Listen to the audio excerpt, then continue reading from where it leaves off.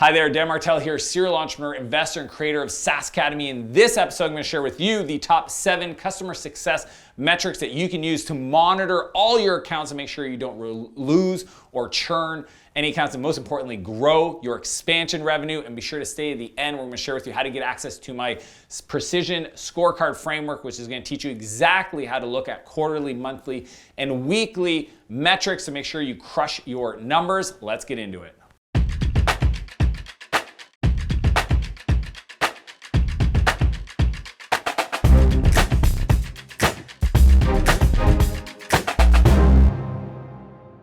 Over the last 5 to 7 years, I've been involved in hiring probably 50 different customer success managers across my portfolio company of 40 plus investments, my own companies, and really trying to ensure that we create the best onboarding experience to make sure that when they land, they hit the ground running and we get the value. To me, investing $1 in a customer success manager should produce $5 of new revenue if you manage and monitor the right metrics.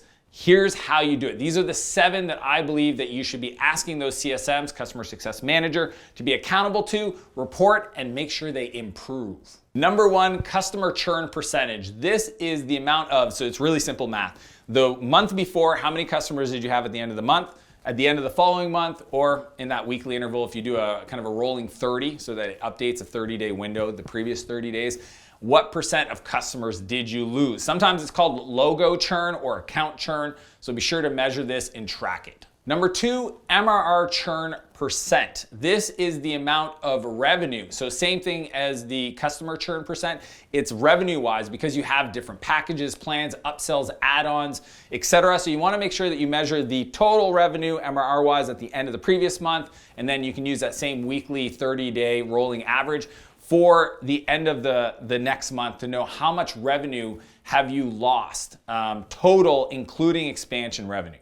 Number 3, net MRR churn. This to me is probably the most telling on the revenue churn because it's going to take away any expansion revenue and really just look at the revenue churn on a monthly basis so you know if people are sticking around with their payments and making sure they're getting ongoing value from your product. Number 4, expansion MRR percentage. Expansion revenue for a lot of first-time SaaS founders is a new concept. Essentially, it's the idea that if somebody starts off on a $50 plan or $500 plan, over the lifetime of that account, what additional revenue do they add on? And for a lot of SaaS companies, they have to figure out their pricing, their packaging, and their plans, make sure that they have a value metric and some add-on metrics. And these are all things that you can Google my name plus those terms to find a video on my YouTube channel that covers these in depth. But understanding on a month-to-month basis what your expansion revenue, especially from a customer success manager, because they're accountable for upsells, cross-sells, and really revenue retention. That's why we want to measure these metrics. Number 5, Net Promoter Score, sometimes called NPS. NPS is actually owned by a company. They license the brand, but a lot of people use it, and it's really a way for you to measure, and it's great. When I buy companies, I use an NPS score to understand how many of their customers would actually be promoters. Like it's kind of, sometimes it's called the growth score. If you can only get one number from some company's customer base, that number would tell you so much about not only the product experience, but the customer support, the sales process, everything, because it's a simple question that says, how likely are you to recommend our company to a friend or colleague? Score of 1 to 10. 9 and 10s are your promoters. 1 to 6 are your detractors, 7 to 8 are your neutral, and there's a simple math equation that I'm gonna link to below in the description that tells you how to get your NPS score. Just to give you some context, most telcos, like an AT&T or a Rogers, they have like a 12 or 13 NPS, and companies like an Apple or a Virgin, they'll have upwards to a 60 to 75% NPS, which is just out of the world. Most SaaS companies, when they start working with me, have unfortunately kind of a 25 to 30 NPS score. We want to get it up to 55, 60 to really make sure that we're creating not only customers that are satisfied, what I call green, but we want to get them to purple. Purple are referenceable. They're ambassadors of your brand. They're the ones that are going to promote and get you referrals. Incredible metric for you to monitor on a maybe quarterly or monthly basis to make sure your customer success manager is always reporting that feedback to you. Number 6, customer satisfaction score, also known as CSAT. The customer satisfaction score is something that you want to prompt and ask after some kind of interaction with your company. The easiest one, it's built into most customer support tools, is just post, support questions, having that asked intermittently. You don't want to do it every time, you may, but it's really just a quick question of 1 to 5. Think of it like 5 stars. It's like, on a 5-star level, how satisfied are you with your, customer support experience? 1 star, 2 star, 3 star, 4 star, 5 star.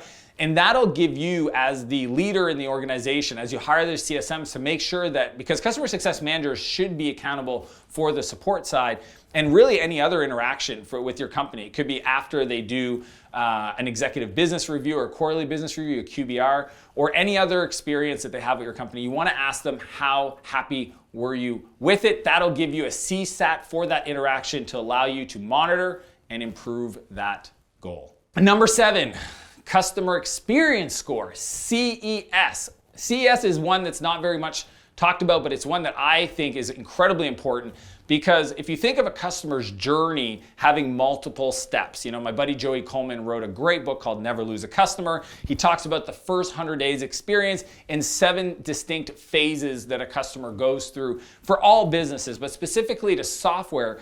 If I think about onboarding, activation, adding a module, adding an integration, etc., I'm gonna wanna monitor the experience score for those specific actions so that my customers can give me feedback on a 1 to 5 effort. 1 is a lot of effort, and a 5 would be little effort. So if you want to get some feedback on hey, when you added that integration for your financial system, what was your CES score? Asking that question to get that feedback on effort level will let you know how to prioritize not only your customer success activities, but also potentially product roadmap. So quick recap, 7 customer success metrics you need to be monitoring. Number 1, customer churn percent. 2, MRR churn percent. 3, net MRR churn percent. 4, one of my favorites, expansion MRR percent. 5, another one of my favorites, net promoter score, also known as your growth score. Number 6, customer satisfaction score. And 7, customer experience score. So as I mentioned at the beginning of this video, I want to share with you an exclusive resource called the Precision Scorecard. You can click the link below to download your copy. In it, I share with you the exact template that I use for managing all my companies in regards to the KPIs or metrics, key performance indicators, how I structure that on a quarterly basis, looking at the targets, breaking it down per month, also measuring targets and actuals, rolling averages for the weekly score. And I even give you the list of the metrics if you're sub $1 million in revenue in SaaS, and if you're $1 million plus in MRR, then you can look at there's 2 lists of metrics. It's all included in that Precision Scorecard. Click the link below to download that. If you like this video, be sure to subscribe to my channel, click the notification bell, and leave a comment letting me know if there's any other metrics that I've forgotten. As per usual, I want to challenge you to live a bigger life and a bigger business, and I'll see you next Monday. Investor and creator of the